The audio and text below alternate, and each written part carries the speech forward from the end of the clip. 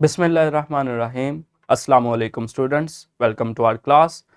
Today we have to discuss a lecture, a SLO from English 7 Unit 6, and today we have the competency of reading. So let's find out what we have to learn today.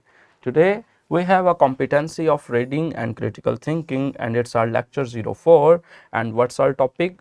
Our topic is poetic devices. So you guys will definitely know about some of the poetic devices which we have learned previously, but today you will find some new poetic devices. Let's go through the SLO first. What the SLO is that? Understand and utilize similes, metaphors, personification, mode, alliteration, and imagery. Identify rhyme, rhythm, repetition, similes, metaphors, personification, and sensory images in the poems. So the SLO, the two SLOs which we have read are both about the poetic devices, but for today's lecture we will focus on some of the poetic devices, because some of the poetic devices we have learned previously and some of them we will learn after this lecture. So what we have to focus for today? We have to focus on rhyme, we have to focus on rhythm, we have to learn repetitions, and we have to learn the sensory images. So these four will be the highlight of this lecture. What is the next SLO? Determine the meaning of words and phrases as they are used in a text, including figurative, connotative meanings. Analyze the importance of specific word choice on meaning and the tone. So this SLO is also about the poetic devices, because poetic devices are used in the text in a figurative way. They are not used in the literal way, so they presents the meaning in a figurative way. That's why to identify and understand them will help you to understand the text in a better way. So let's go further. We have a vertical linkage, go through it and you will definitely got it. Let's go further. We have a brainstorming session. What is the brainstorming prompt? Let's find out. Did you notice that language of poetry is a little bit different from the normal language? So I have mentioned that the poetic devices are the devices in which language is used in the text, not in the literal manner but in the figurative manner. So because of the figurativeness, because of the use of words in a non-literal manner or in the terminological manner or in the figurative manner, the language of the poetry become a little bit different. Have you ever noticed that? I think that you guys will definitely notice that to understand the poems is a little bit different, is little bit difficult than the prose form. So why such type of things are happen? Why the language is tough? I have mentioned that because of the poetic devices. So let's find what the poetic devices are. Firstly, we go through or we recall the concept of poetic devices, and then we go further for the rhyme, rhythm, repetition, and sensory images, which are the highlight of this lecture. Let's go further for the poetic devices. What the poetic devices are? Poetic devices are tools used in poetry. Why these tools are used? Why such type of tools are used in the poetry? To enhance its meaning, to enrich the meaning of the text or sound and emotional impact. So there are three main reasons why the poetic devices are used in the language: to enhance the meaning, to enhance the sound. What is meant by the sound? It makes the poetry more musical, it make the poetry more melodious. When we hear the poetry, we find it more appropriate and more, we can say that, a pleasant sound. So that's why poetic devices are used to make poetry pleasant, melodious, and they make the sound of the poetry good, and also they enhance the meaning of the language. So these are the functions of poetic devices which they perform in the poetry or in the written text. Let's go further. So poetic devices are tools used in poetry to enhance its meaning, sound, and emotional impact, including techniques like rhyme, meter, and metaphor. So through the use of such type of techniques, the poets make the impact of poetry and presents the enhanced meaning or the rich meaning. So in this lecture we will discuss the rhyme, rhythm, repetition and sensory images to achieve our SLO. Let's go further. Start with the rhyme. What is the rhyme? If you guys have listened any song in English or in Urdu, you guys will definitely notice that the last words of the sounds will rhymed with the or have the same sound. When the second verse of the song will be sing, you guys feels that there is something sameness, there is something related. That's why the song feels musical. It is because of the rhyme. So what is the rhyme? Let's find out.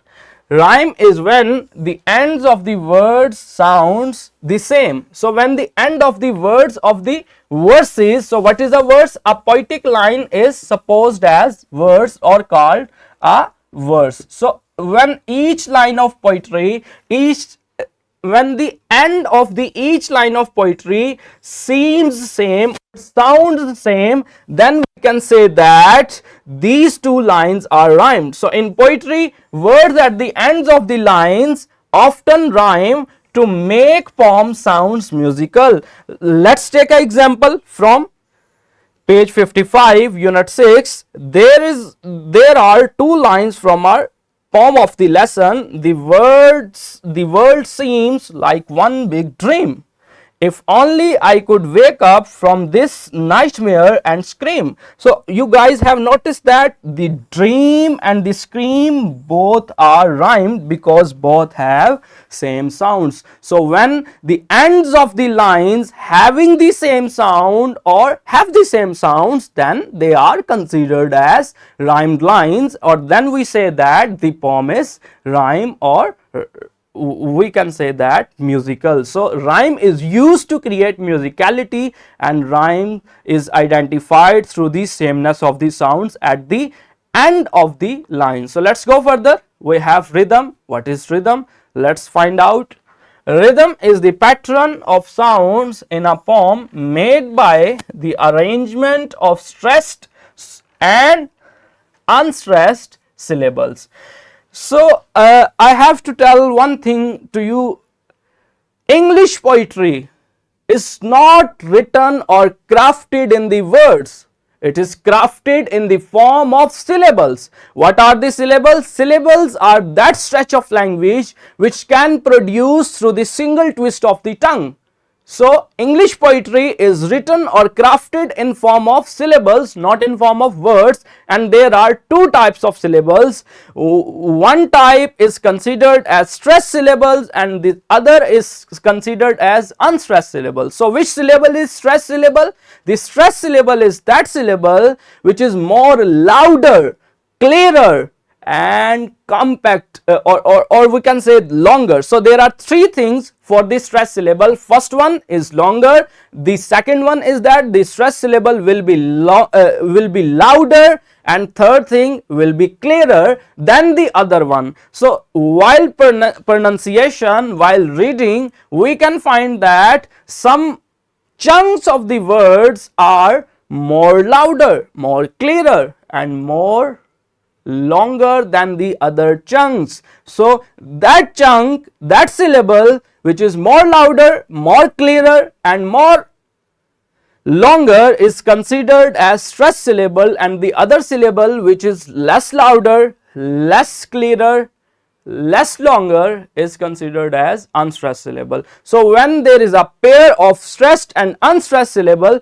then they create the rhythm. So rhythm, what is that? Rhythm is actually a beat, da da da da da da. So there is a short and long, short, long, short, long. So which creates musicality, which creates some good phonetic or sound effects. So let's find out which syllable can be stressed. Like we have a word, it is like beat in the music. So I have mentioned that rhythm is like the beats. Like we have example rhythm, rhythm. So there are two syllables, re and dum. So you guys have noticed that the second syllable is more clearer, more louder, and during pronunciation it takes more time. That's why it is stressed and it is unstressed. So this word is actually rhythmic. The rhythm word itself is rhythmic because it has a short and long syllable. So let's find out with the example. There we have an example from Shakespeare's play, and what is that example?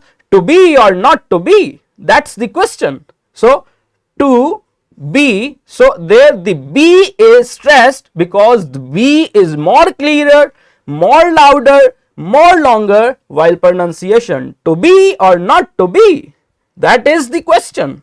So you guys can find out through the loudness, clearness and compactness of the syllables which syllable is stressed and which syllable is unstressed, and through the help of these stressed and unstressed pattern you guys can find out that either the poem is rhythmical or not, either the poem is in the rhythm or not. So I hope you guys understand the concept of rhythm.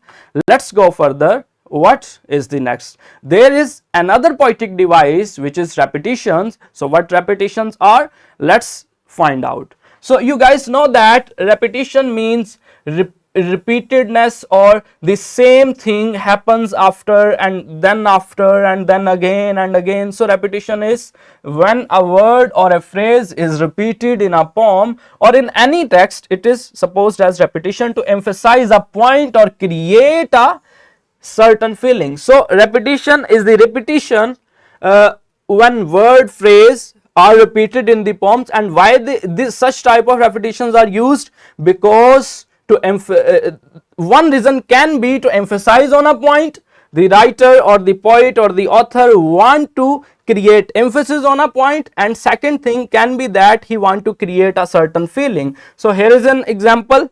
It was the best of times, it was the worst of times, it was the age of wisdom, it was the age of foolishness. So this